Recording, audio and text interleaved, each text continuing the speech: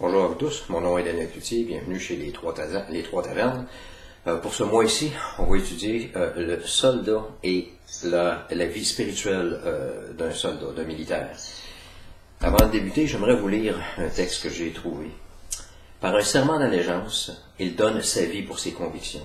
L'armure de ce noble est invulnérable pour ses rivaux.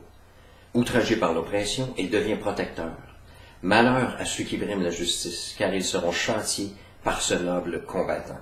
Espoir pour les persécutés, car sa venue est pour bientôt. Courage pour les tyrans, car il sera impitoyable. Quelle belle description d'un guerrier. Maintenant, si on regarde dans les Écritures, il y a une image positive du soldat. Mais avant d'aller plus loin, on va traiter ça en trois parties. Et la première partie, aujourd'hui, on va regarder l'image positive du soldat et le devoir du soldat. La deuxième partie, ça va être le code spirituel qu'un soldat doit avoir et le moral des troupes aussi. Et la troisième partie, ça va être la guerre. C'est vraiment un élément spirituel et que Christ, le noble combattant. Alors, pour le moment, dans notre première partie, on regarde l'image positive du soldat et le devoir du soldat.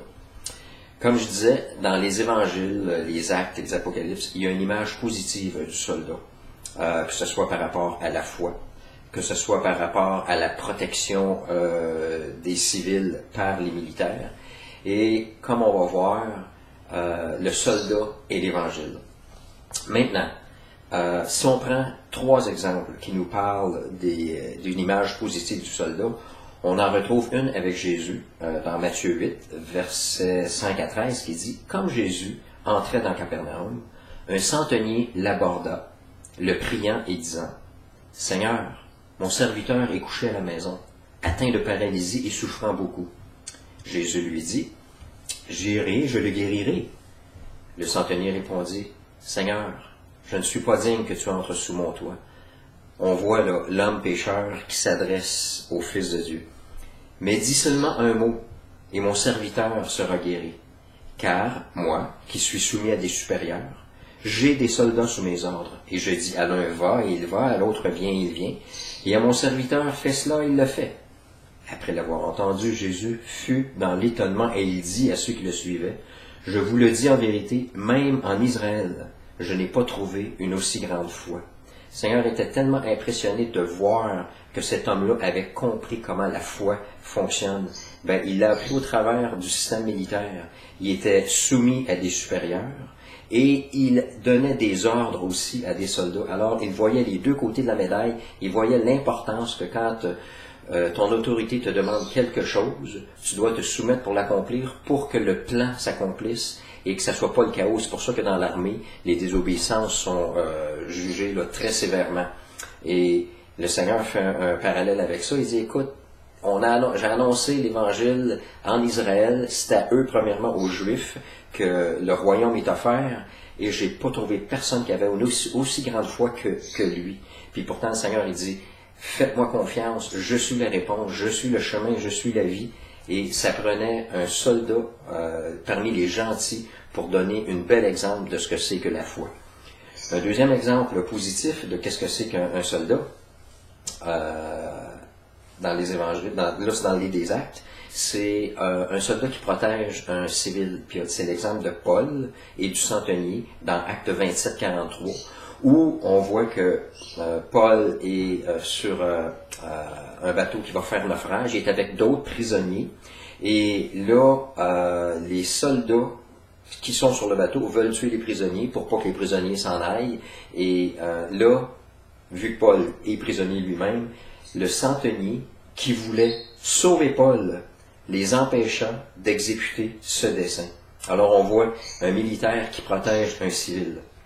Maintenant, un troisième exemple positif, ça c'est le Dr. Foutenbaum qui apporte ça, cette dimension-là, c'est qu'il croit que dans l'Apocalypse, quand l'Antéchrist, quand il va vouloir détruire Israël, va devoir s'éloigner de Babylone, qui est son quartier général, et c'est à ce moment qu'une armée d'anti-Antéchrist, c'est-à-dire des croyants ou des gens qui ne veulent pas se soumettre à la loi de l'Antéchrist, vont attaquer Babylone. Alors on voit qu'un croyant peut faire partie d'une mission divine pour accomplir le plan divin dans l'armée.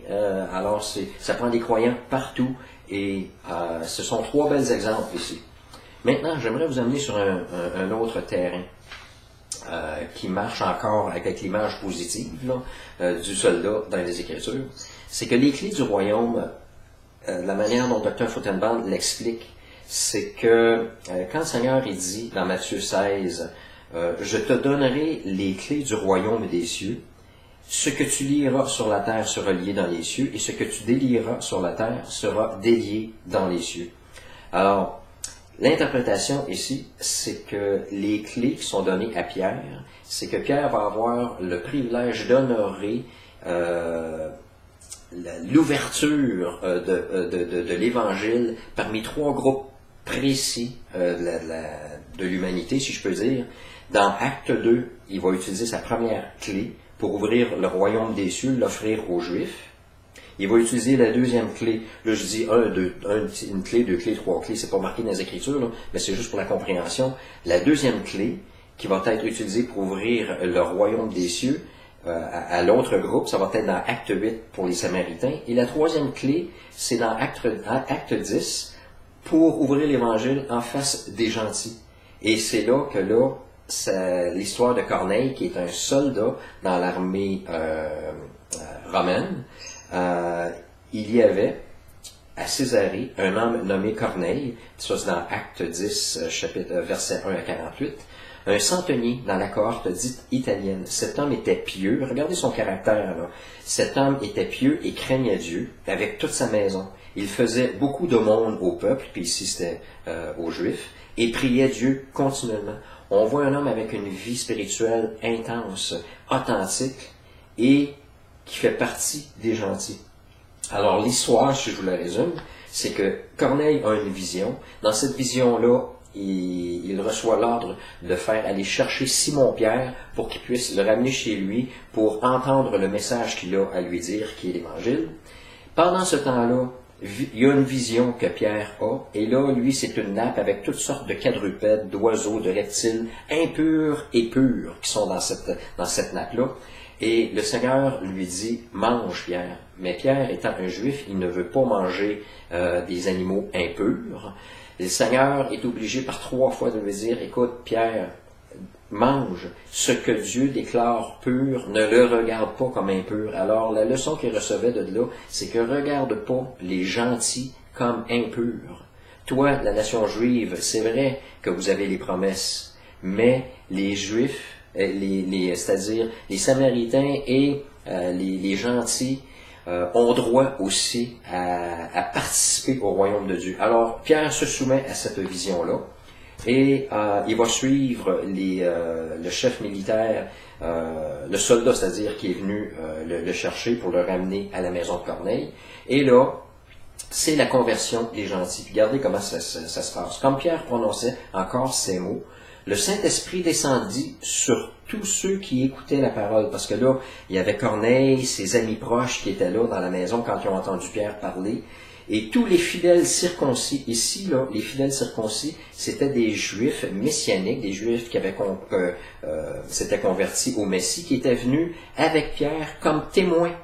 C'est ça, tous les fidèles circoncis qui étaient venus avec Pierre furent étonnés de ce que le don du Saint-Esprit était aussi répandu sur les païens, car ils les entendaient parler en langue et glorifier Dieu. Alors Pierre dit, peut-on refuser l'eau du baptême à ceux qui ont reçu le Saint-Esprit aussi bien que nous? Et aussi bien que nous, c'est quand il y a eu la Pentecôte juive en Acte 2, que là, c'est la clé qui a été utilisée pour ouvrir le royaume des cieux aux Juifs. C'est la même clé qui est utilisée pour ouvrir maintenant le royaume des cieux aux gentils.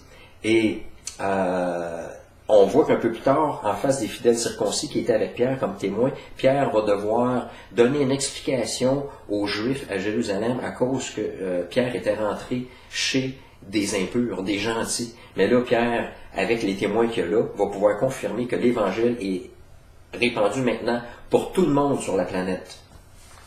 Alors voyez-vous que l'Évangile fait son entrée officielle au travers de l'armée, au travers d'un soldat qui a un cœur pour Dieu. Alors un soldat, là, c'est pas une machine à tuer. Ce sont des hommes et des femmes qui ont des émotions, qui ont des cœurs, qui veulent chercher la face de Dieu, mais dans ce domaine-là aussi, et qui peuvent faire une grosse différence. Et maintenant, j'aimerais passer à la deuxième partie, le devoir du soldat. C'est que Jean-Baptiste, à un moment donné, s'est fait approcher par des soldats et qui lui demandèrent, « Et nous » ça c'est dans Luc 3, 14, « Et nous, que devons-nous faire? » Il leur répondit, « Ne commettez ni extorsion, ni fraude envers personne, et contentez-vous de votre solde. » On entend des histoires d'horreur que des soldats qui sont rentrés dans des villages et puis qui ont commis des tueries, la torture, massacres, viols.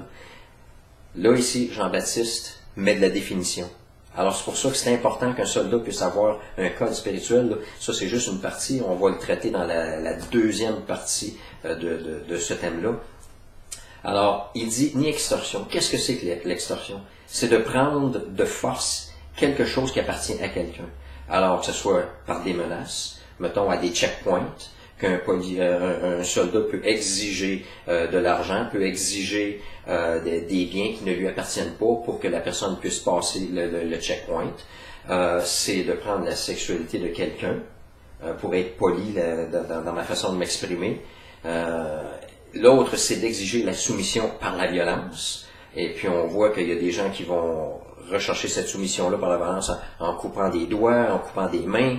Alors, Jean-Baptiste leur dit, tu n'utilises pas la force, ok, pour aller chercher quelque chose de quelqu'un. Deuxième point, ni aucune fraude envers personne. Une fraude, c'est un acte qui a été réalisé en utilisant des moyens malhonnêtes destinés à obtenir un consentement, à obtenir un avantage matériel ou moral, ou réalisé avec l'intention d'échapper à l'exécution des lois. Bon, alors, il peut y avoir des fraudes monétaires, des fraudes de la contrebande, et puis des exemples, c'est qu'une fraude ici, c'est que quand on a arrêté le Seigneur Jésus, on l'a accusé faussement. Les chefs religieux l'ont faussement accusé, et puis ils ont utilisé Judas comme... Judas s'est offert pour livrer le Seigneur, mais après, dans la poursuite là, des événements, Judas était pour contribuer à donner une accusation en face des autorités romaines, mais là, ça s'est pas passé parce qu'il s'est pendu, mais on voit là que c'est de la manipulation, c'est de la fraude ici. Les publicains, entre autres, c'était des Juifs qui travaillaient pour Rome et qui pouvaient exiger jusqu'à 45% des gens là, pour en face des impôts, des trucs dans ce sens-là, mais que c'était beaucoup trop, puis ils devaient s'en mettre dans les poches. Là. Alors, un soldat qui est en position de force peut prendre par la force, peut faire des fraudes, et puis là, pour éviter ça, Jean-Baptiste dit, contentez-vous de votre solde. Et se contenter de votre solde, c'est de pas faire des vols, c'est pas d'avoir des à côté douteux, du trafic illégal. Alors ça, c'est déjà là 3 bons points de repère qu'un soldat devrait se garder à l'esprit.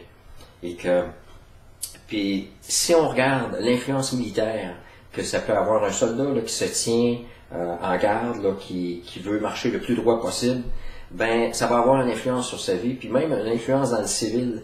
J'entendais dernièrement qu'à qualification égale, s'il y a 2 candidats qui veulent pour un travail, celui qui a un background militaire va avoir une longueur d'avance pour être choisi.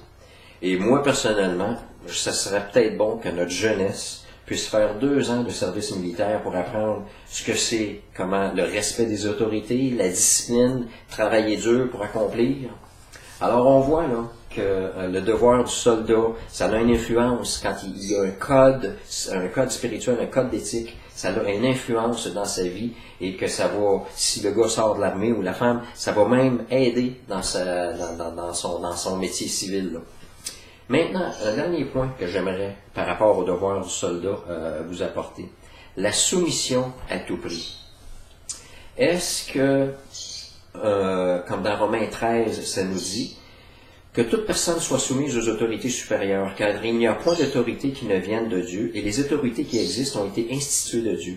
C'est pourquoi celui qui s'oppose à l'autorité résiste à l'ordre que Dieu a établi, et ceux qui résistent attireront une condamnation sur eux-mêmes. Alors, si tu es soldat et que tu es dans le temps d'Hérode, et que Hérode te demande d'aller massacrer les enfants, qu'est-ce que tu fais? Je ne donnerai pas de réponse, là, mais qu'est-ce que tu fais?